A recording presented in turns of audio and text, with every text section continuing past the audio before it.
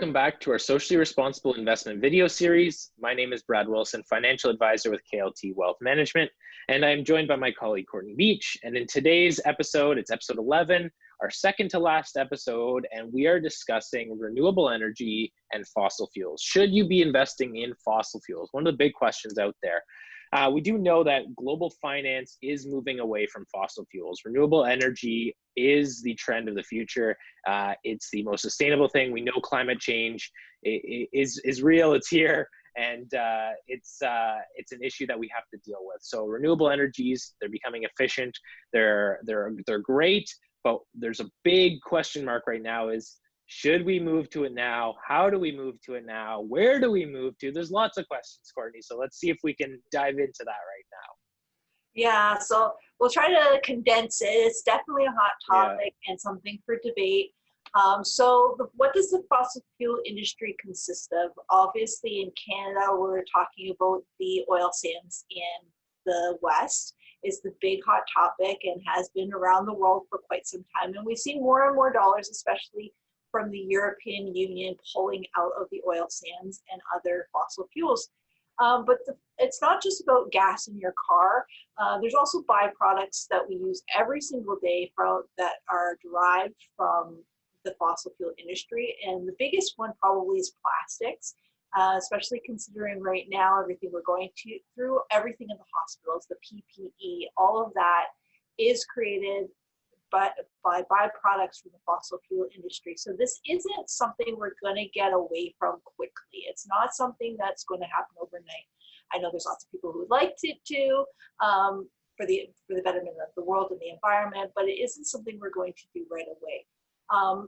One thing we also need to consider is that there is a lot of infrastructure, knowledge, dollars behind the fossil fuel industry can actually help create improvements and reduce the carbon footprint as well. So we can't neglect them totally because they could help improve the problem we're dealing with today. So there is that debate, should you invest in these companies, maybe the best of the best, the ones who are making those leaps forward, maybe are starting to grow a renewable energy footprint, or should we get away from it all completely and have nothing to do with it? So you are going to find funds that are invested in the best of the best, that want to strive for that improvement in the industry and the gradual reduction of it. And then you're going to find funds that have absolutely nothing to do with it. They don't want to touch it. It's dirty money for them. Why don't you talk a little bit about the renewable side of things, Brad, because that in and of itself is also a topic of debate in this field. Yeah, for sure. And there's so many different types of renewable energies out there, and I feel like there's lots of room for innovation. And one of the big issues we do see with renewable energy is there is sometimes a carbon footprint associated with it in developing the technologies, whether it's building solar panels or building wind turbines or any sort of development in the manufacturing of some of these renewable sources. Again, you also have the worry about environmental waste, right? You think of a good example I like to see is nuclear energy. Nuclear energy itself is a renewable energy, but the process of extracting and creating that energy into a usable form is not renewable. Like so that whole process, that middle process of extracting it, and using it is not renewable. So it's one of the energies that actually has a really low carbon footprint, but the fact that its processes, you think about nuclear waste, like there's so much associated with it that just make it really less efficient. Some of the top ones these days that you're seeing that we're moving towards would be like solar, wind, hydroelectric. There's a lot of different renewables that we are moving towards, but the main problem at the heart of it right now is making these renewables efficient, making the process efficient, making the waste minimalized, or being able to reuse some of the waste in a different way, recycling it in an efficient way, because sometimes recycling can set off carbon emissions or greenhouse gases. So there's a lot surrounding that. So I think, as Courtney mentioned, a lot of these fossil fuel companies are well invested, have done their research, and they know that they are not in an industry of the future. They know that.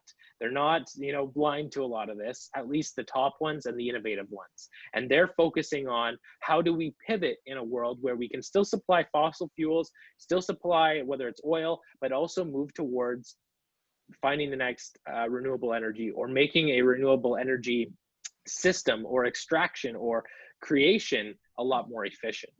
Yeah, and at the same time, there's a lot of small startups that are growing really fast in the renewable sector as well that are worth investing in too.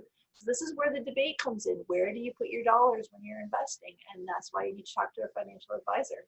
Yeah, absolutely. And I think, Courtney, you and I both know, especially over the last few weeks, tons of great products coming to the markets. There's already some great products that have been on the markets when it comes to renewables, when it comes to carbon-free products, or fossil fuel-free products. So there's lots out there. Talk to an advisor, have that conversation. If you have any questions, and if you've got really a sense of where you want to put your money, then talk to an advisor. They can set you up by putting you in the right direction that align with what your values are and what you believe that you want to invest in moving forward as we move to a cleaner and greener economy.